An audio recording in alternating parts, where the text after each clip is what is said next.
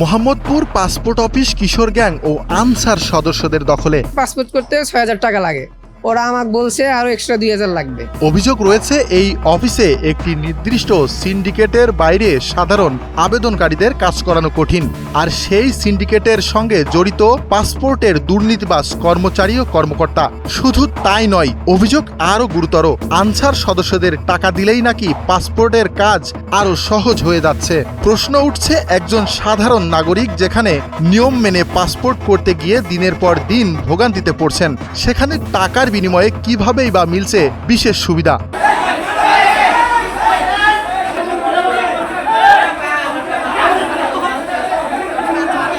দালালরা সব ওকে মাথা মুতা ভাড়ে, ওরা সব এক এক করে সব বাইক যে মাল রাউন্ডের সময়টা দেয় না বেটা করে মাইর। পাসপোর্টের দালাল এখানে এই অফিসের। হ্যাঁ মারপিট করছে বেশি।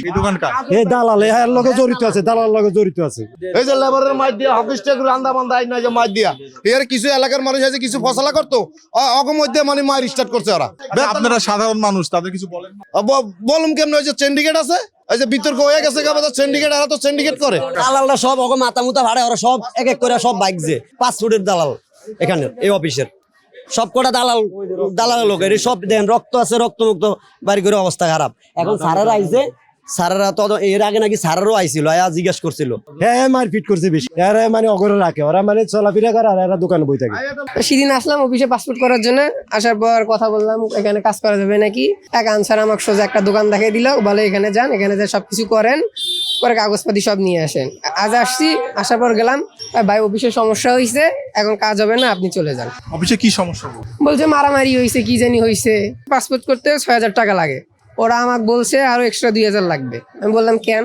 চেয়ারম্যানের নাকি কি জানি লাগবে, আমি আলাদা জায়গায়। আপনার কোনো ডকুমেন্টস শর্ট আছে কি? না, ডকুমেন্ট শর্ট নাই। তাহলে টাকা কেন? এটাই তো বুঝতেছি না আমি। চেয়ারম্যানের নাকি কি লাগবে? কি কি এনেছেন এখানে? আমি এখানে আমার এনআইডি কার্ড আনছি, আমার মা বাবার এনআইডি কার্ডের অনলাইন ফর্মটা। এখানে অফিসে আসলে ওরা ডিরেক্ট দোকানে পাঠায় দেয়, মানে এখানে কথা বলতেই দেয় না এরা। আনসার গুলা বেশিরভাগ। আপনাদের এখানে যারা আনসার সদস্য আছে তারা এইখানে, আমরা একজন ভুক্তভোগীর সাথে কথা বলেছি, তারা এখানে আসলে গেট থেকে বিভিন্ন দোকান তারা নির্দেশ করে দেয়, অমুক দোকানে যাবেন, এটা করবেন। এবং চেয়ারম্যানের যে সনদগুলো থাকে, বিভিন্ন স্থানীয় উপজেলার যে সনদগুলো থাকে, সেই সনদের জন্য এক্সট্রা ২,০০০ টাকা নিচ্ছে দালাল চক্র। সেই দালাল চক্রই পুনরায় সেই কাগজগুলো কিভাবে ঠিক করে দিচ্ছেন, যেটা সরকারি অফিস পাচ্ছে না। সিস্টেমের কিছু বিষয় আছে। আমরা অনেক সময় বলি যে চেয়ারম্যানের সার্টিফিকেটটা চেয়ারম্যানের নাম্বার সহ যাতে যাচাই করা যায়। অনেক ক্ষেত্রে কিছু কিছু আসে যে তার ফুল চেঞ্জ বা এরকম, তো সেক্ষেত্রে আমরা একটু যাচাইয়ের জন্য যে আপনি একটা চেয়ারম্যান সনদ যেটা নাম্বার থাকে আমরা যাতে কন্ট্যাক্ট করতে পারি। এখন ধরেন ৩০০-৪০০ মানুষের সবারটা তো আর আমার কন্ট্যাক্ট করা সম্ভব না, তো আমরা যতটুকু, এরপরে আপনি যেটা বললেন আমরা কন্ট্রোল করতে পারবো যেটা পুরোপুরি, সেটা হচ্ছে আমাদের সাথে যারা যুক্ত আনসার বা আমার স্টাফ আনসার, এদেরকে আমরা কন্ট্রোল করতে পারবো। সেখানে কয়েকটা বাড়ি আমরা দেখলাম, তারা অভিযোগ তুলছে আপনাদের উপরে, এতগুলা সিসিটিভি এখানে রয়েছে, আপনারা দালাল চক্র ধরতে পারছেন না, গেট থেকে বাধা দিচ্ছেন, বাধা দিতে দিতে আপনার পর্যন্ত আমরা চলে এসেছি। তো কি বলবেন আসলে বাইরের যে মারামারি বিষয়টা? আনসার এখানকার পরিবেশটা অন্যান্য জায়গার মতো না। আমার যেটা বললাম নির্দিষ্ট তো পেরিফেরি নাই এখানে, আমার অফিসের একটা নির্দিষ্ট পেরিফেরি নাই।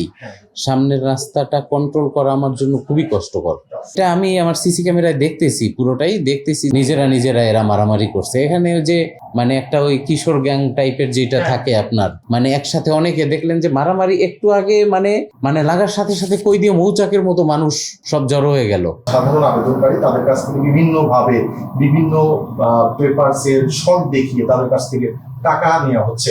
সেই টাকা প্রতি বুধবারে এটা আসলে ভাগ বাটোয়ারা হচ্ছে। এটা সম্পর্কে আপনি অবগত আছেন কিনা, বা জানলেও কোনো ব্যবস্থা নেবেন কিনা?